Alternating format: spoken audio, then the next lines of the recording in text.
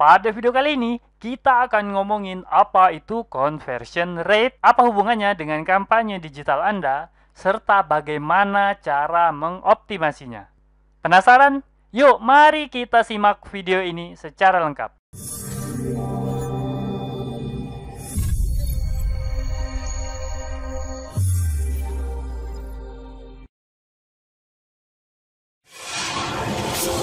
Assalamualaikum warahmatullahi wabarakatuh. Ketemu lagi bersama saya, Kanada Kurniawan, dan masih di channel kita, Pro Jasa Web. Pada kesempatan kali ini, kita akan ngomongin tentang apa itu conversion rate. Yuk, mari kita langsung masuk ke materinya. Sebelum kita membahas apa itu conversion rate, tentu aja kita harus tahu dulu conversion itu apa artinya.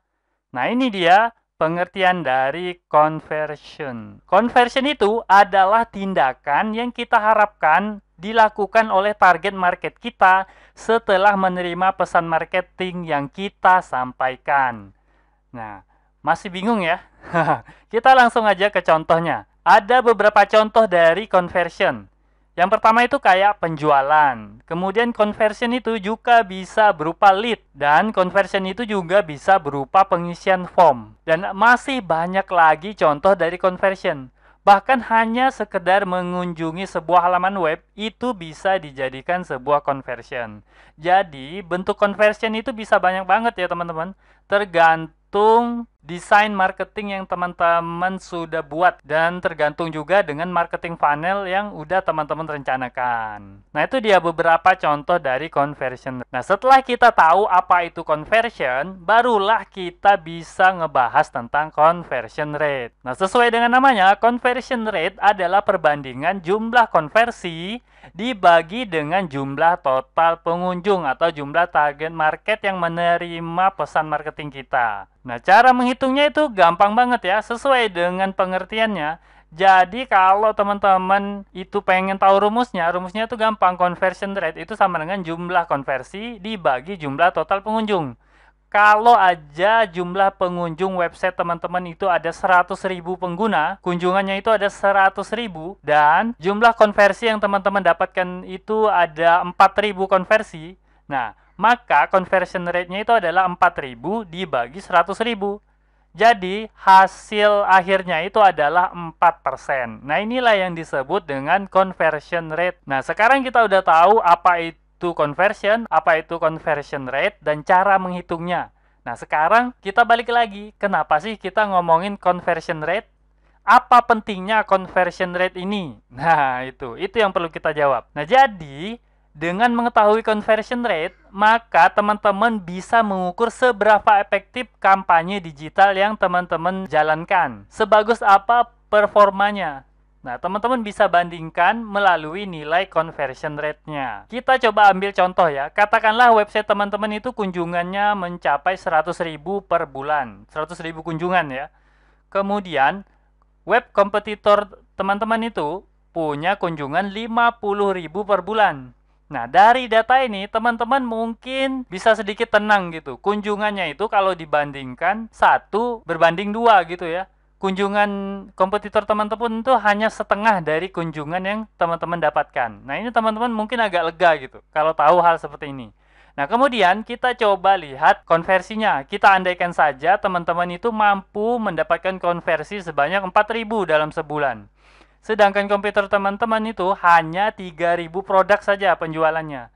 Nah, dari data ini pun teman-teman bisa dikatakan unggul banyak daripada kompetitor. Mungkin kalau hanya melihat data ini, teman-teman bisa ongkang-ongkang kaki gitu. Bisa nyantai, nggak perlu khawatir sama sekali. Nah, tapi kalau teman-teman cek berapa conversion rate-nya, maka kita akan melihat sesuatu yang berbeda. Nah, kalau kita coba hitung, conversion teman-teman itu berarti 4.000 dibagi 100.000, sama dengan 4%. Sedangkan kompetitor, itu conversionnya kalau kita hitung 3.000 dibagi 50.000, itu sama dengan 6%. Wow, ini sebuah fakta yang menarik bukan? Nah, kalau kita lihat, ini berarti conversion rate kompetitor teman-teman itu jauh di atas conversion rate punya teman-teman, hanya 4%. Sedangkan mereka itu sampai 6%. Nah, ini menyatakan bahwa performa kampanye digital mereka itu jauh di atas teman-teman. Dengan fakta seperti ini, teman-teman harus khawatir gitu kan. Paling nggak mengevaluasi gimana kinerja kampanye digital yang teman-teman jalankan. Di mana salahnya gitu? Kok bisa jauh di bawah kinerja kompetitor? Nah, apa sebabnya? Nah, itu yang perlu dievaluasi. Nah, disinilah teman-teman bisa merasakan manfaat dari conversion rate ini. Nah, sekarang kita masuk kepada bahasan yang terakhir, yaitu bagaimana cara meningkatkan conversion rate. Secara garis besar, conversion rate itu paling tidak ada 3 hal yang menentukannya. Yang pertama itu adalah yang bisa teman-teman lakukan, itu adalah melakukan perubahan pada copywriting. Ini merupakan cara yang paling efektif yang bisa dilakukan. Biayanya paling kecil, tapi bisa membuat perubahan besar pada conversion rate yang teman-teman jalankan. Tapi ingat, copywriting itu bukan sekedar tulisan ya teman-teman. Copywriting itu mencakup banyak sekali hal, bahkan mungkin sampai kepada bisnis model kanvas yang teman-teman buat. Teman-teman harus buka kembali, harus evaluasi kembali, karena ini menyangkut dengan penawaran yang teman-teman ajukan kepada target market. Dengan melakukan optimasi pada copywriting, besar kemungkinan conversion rate bisa naik. Nah, tapi tentu saja copywriting ini harus dilakukan secara serius dan dilakukan dengan tenaga profesional. Kemudian, cara yang kedua itu adalah traffic source. Nah, ini sangat penting. Walaupun copywritingnya udah keren banget, tapi kalau traffic source atau sumber pengunjungnya itu memang nggak benar, maka tentu saja traffic teman-teman itu nggak akan berubah menjadi konversi. Misalnya, teman-teman melakukan kampanye digital menggunakan periklanan search gitu ya, menggunakan Google Ads. Kalau kita bicara traffic source Google Ads, tentu ini berkaitan dengan keyword yang teman-teman sasar. Nah, kalau keywordnya itu kurang tepat, maka tentu saja traffic yang masuk kepada website teman-teman itu nggak akan menjadi conversion.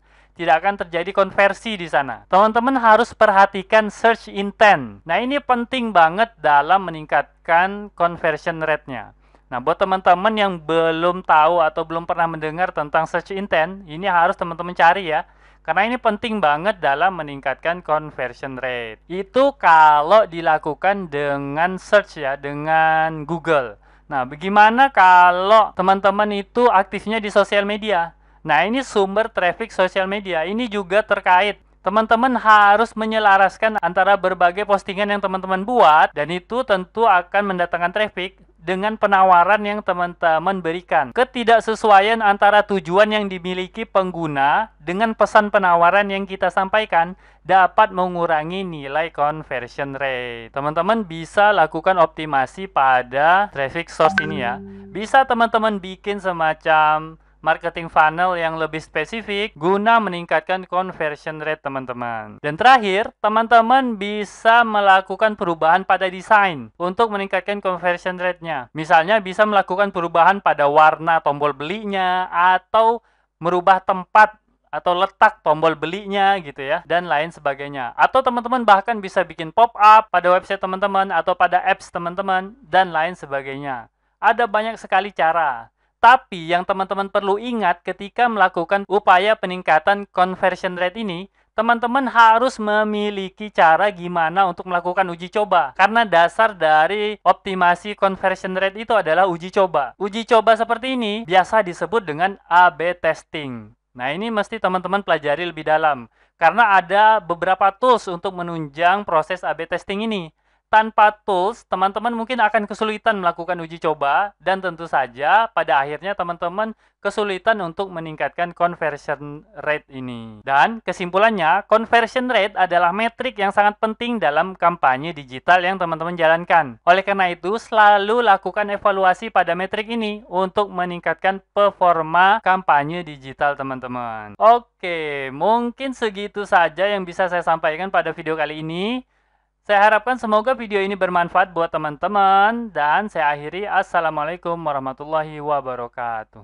Oke, seperti biasa, jika ada yang salah dari apa yang saya sampaikan, tolong teman-teman ingatin ya. Jangan sampai nggak diingatin, supaya saya dapat melakukan perbaikan pada channel ini dan pada diri saya sendiri. Dan jika ada pendapat yang berbeda, teman-teman bisa masukin ke kolom komentar, supaya kita bisa berdiskusi. Jika ada masukan, teman-teman jangan sungkan untuk menyampaikannya, karena saya sangat terbuka dengan segala macam masukan. Dan jika teman-teman memiliki usulan pembahasan, cantumkan juga di kolom komentar, supaya semua usulan teman-teman dapat saya wujudkan dalam bentuk video. Buat yang belum tahu, video ini adalah bagian dari program Akademi Projasa Web, tempat di mana teman-teman bisa belajar digital marketing secara gratis. Caranya mudah, cukup kunjungi projasaweb.com/akademi. Ada ratusan artikel dan video yang dapat teman-teman pelajari. Jika ada pertanyaan mengenai materi, teman-teman tinggal hubungi saya melalui email info@projasaweb.com. Gratis tanpa biaya apapun.